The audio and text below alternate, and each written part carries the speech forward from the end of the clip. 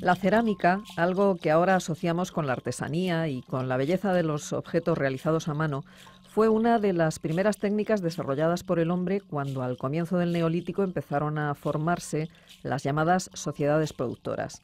Para explicarnos todo lo relacionado con esta antigua técnica, contamos con la ayuda de José Manuel Quesada y Francisco Javier Muñoz. Los dos son profesores de prehistoria en la UNED. Francisco Javier, José Manuel, muy buenos días y bienvenidos a Sin Distancias. Hola, buenos días a todos. Hola, buenos días. Quizás para hablar de cerámica lo primero que habría que decir es qué es la cerámica y cuándo aparece, ¿no? Francisco Javier. Buenos días. El término cerámica proviene de un término griego, keramos, y es relativamente tarde cuando se introduce en el vocabulario que usamos los prehistoriadores. En 1768 es un arqueólogo italiano quien introduce este término para designar todos los productos que estaban elaborados a base de materiales arcillosos. La cerámica se relaciona fundamentalmente con las sociedades productoras a partir del Neolítico y va a ser uno de los avances tecnológicos más importantes de la prehistoria, ya que por primera vez pues se permite crear recipientes para contener y transportar y conservar, fundamentalmente líquidos, que antes no había, y su uso, como vemos, se ha mantenido hasta nuestros días, hasta que ha llegado el plástico y la ha sustituido, ¿no? También es un material de los más abundantes dentro de la prehistoria reciente, y esto es debido a que resiste muy bien los agentes erosivos. Las principales ventajas de la cerámica con respecto a periodos anteriores es que por primera vez contamos con un material que es capaz de resistir la acción directa del fuego y por lo tanto emplearse, por ejemplo, en elementos culinarios. También por primera vez podemos contar con un material que permite fabricar elementos impermeables para los líquidos. Puede servir tanto de contenedor como de vajilla, como en la actualidad. Permite una gran variación formal y decorativa, y lo más importante es que tiene un coste económico muy bajo. Bueno, por lo que veo, todos son ventajas. Decís que su elaboración es muy económica, pero José Manuel, ¿cómo se obtiene ese material arcilloso con el que se elabora la cerámica?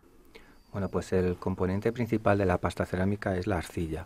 La arcilla es una roca terrosa, suelta, hecha por pequeñas partículas. Hay varias partículas minerales, sobre todo cuarzo, aunque hay otra serie de minerales arcillosos como silicatos y óxidos. Y fundamentalmente existen dos tipos de arcillas. Por un lado, las arcillas sedimentarias, que son las que proceden de la descomposición de la roca, pero sufren luego un proceso de sedimentación. Son arrastradas por el viento o por las aguas, de tal manera que se depositan en un lugar distinto a donde la roca se trituró. Y por eso, en ese proceso de arrastre y de sedimentación, incorporan una serie de elementos y minerales añadidos. Esto hace que se conviertan en unas materias muy plásticas. Son materias que se pueden manejar muy bien con la mano, se pueden tornear muy bien y son las preferidas para hacer cerámicas. Pero también hay otro tipo de arcillas, que son esas arcillas que se descomponen en el lugar y no sufren ningún proceso de sedimentación posterior. Esas arcillas son más puras, pero tienen una desventaja, tienen un inconveniente, y es que son menos plásticas, es decir, son menos aptas para realizar determinados recipientes, sobre todo recipientes de calidad. Más calidad, supongo, que en cuanto a resistencia, porque en principio parece que a más pureza la cerámica sería de más calidad, más fina, quiero decir, ¿no? Efectivamente, como luego veremos, en los procesos de elaboración de la cerámica se incorporan luego, de manera intencionada, una serie de impurezas que permiten que la cerámica adquiera consistencia. A veces las impurezas no solo son un elemento negativo, sino que es necesario como un elemento para dar consistencia a la pasta cerámica. Eso es lo que se llaman los desgrasantes. Bueno, comúnmente pues se piensa que la pasta cerámica simplemente es arcilla y agua. Sin embargo, bueno, pues realmente para obtener una buena pasta cerámica es necesario mezclar varios tipos de arcillas, como comentaba José Manuel, las estáticas, las sedimentarias. Estos elementos magros, que son los desgrasantes o desengrasantes, que le quitan la excesiva plasticidad que tiene, y luego también los elementos fundentes, que son aquellos materiales, fundamentalmente feldespatos, micas, fosfatos, que se introducen en la pasta cerámica para aumentar la temperatura durante la cocción. Bueno, y una vez que ya tenemos la pasta cerámica con la mezcla de arcillas más apropiada, hay que convertirla en un utensilio.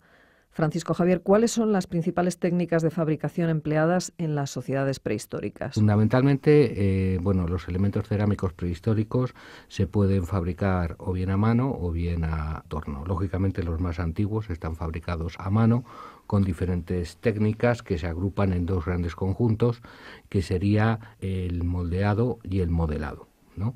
Dentro del modelado pues tenemos varias técnicas. La más antigua, la que primero se usa, es el vaciado, que consiste en ahuecar una bola de arcilla reduciendo el grosor de la pared con los dedos y dejando un hueco en el centro, y que se utiliza para pequeños recipientes redondeados, que son prácticamente los primeros que aparecen en el Neolítico, Antiguo Medio, incluso el final, ¿no?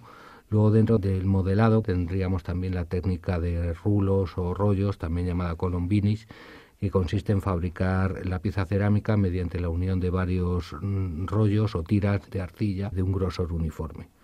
Esto permite construir recipientes algo más grandes. Y luego tenemos la técnica de placas, que consiste en fabricar el recipiente cerámico a partir de placas de arcilla, uniéndolas, pues aprovechando las características plásticas de este elemento, de tal forma que pueden ser plegadas, dobladas, curvadas, etcétera, ¿no? Y esta técnica pues se emplea para recipientes de gran tamaño. Por ejemplo, sobre todo a partir del calcolítico, tanto para depósitos funerarios o depósitos de almacenamiento, se emplea esta técnica. Y luego tendríamos el modelado, que consiste en aplicar mediante presión o vertido una arcilla más o menos plástica sobre un molde que puede ser interno o externo, ¿no? Y el molde pues se realiza a partir de un modelo previamente elaborado, generalmente de arcilla refractaria. Hay moldes sencillos, como pueden ser de cestería, y otros que están mucho más elaborados y que en ese mismo molde se incorpora la decoración. Y luego la otra gran técnica de fabricación de recipientes cerámicos pues sería el torno, que consiste pues en colocar una bola de arcilla en un plato giratorio para luego ir presionando con los dedos hasta centrarla y hacer que la pasta cerámica pues gane en altura y menos grosor. Tenemos dos sistemas de torno. El más antiguo es el torno simple, lento o de manubrio, que consiste en un gran volante que gira sobre un eje central con la rotación uniforme. Este empieza a aparecer a finales del quinto milenio en Mesopotamia, en Egipto llega hacia el 3000, en la isla de Creta hacia el 1600 a.C., y ya en la Europa mediterránea, que es traído por los colonizadores griegos y fenicios, lo empezamos a encontrarlo a partir del siglo VIII. Y luego el torno rápido, el torno de pozo, que es el que conocemos en la actualidad, que consta de dos ruedas unidas por un eje central. La superior es la pequeña, donde se incorpora la arcilla, y la grande es donde el alfarero pues le imprime una velocidad constante. Bueno, parece increíble que un avance tecnológico de la prehistoria ha llegado hasta nuestros días y se sigue usando de la misma manera. José Manuel, después de haber modelado los distintos utensilios, ¿cuál es el siguiente paso? Pues después de esos procesos que ha explicado Paco, quedan dos procesos más. El siguiente sería el acabado de los recipientes, que consiste en tratar la superficie de la cerámica con ciertos elementos con dos objetivos. Primero, para impermeabilizar la cerámica, y en segundo lugar, para hacerle alguna decoración. Estos tratamientos se pueden realizar con diversos instrumentos, algunos blandos, otros semiblandos, otros más duros, y dependiendo un poco del instrumento y del proceso de realización, pues se distinguen pues técnicas de alisado, técnicas de espatulado o técnicas de bruñido. Después de realizar este proceso queda el último apartado, que sería el proceso de cocción en hornos. Ese es el proceso que permite transformar de manera definitiva la arcilla en cerámica. Los sistemas de cocción más primitivos fueron a cielo abierto. Los recipientes se colocaban en un lecho y las vasijas se cubrían con leña.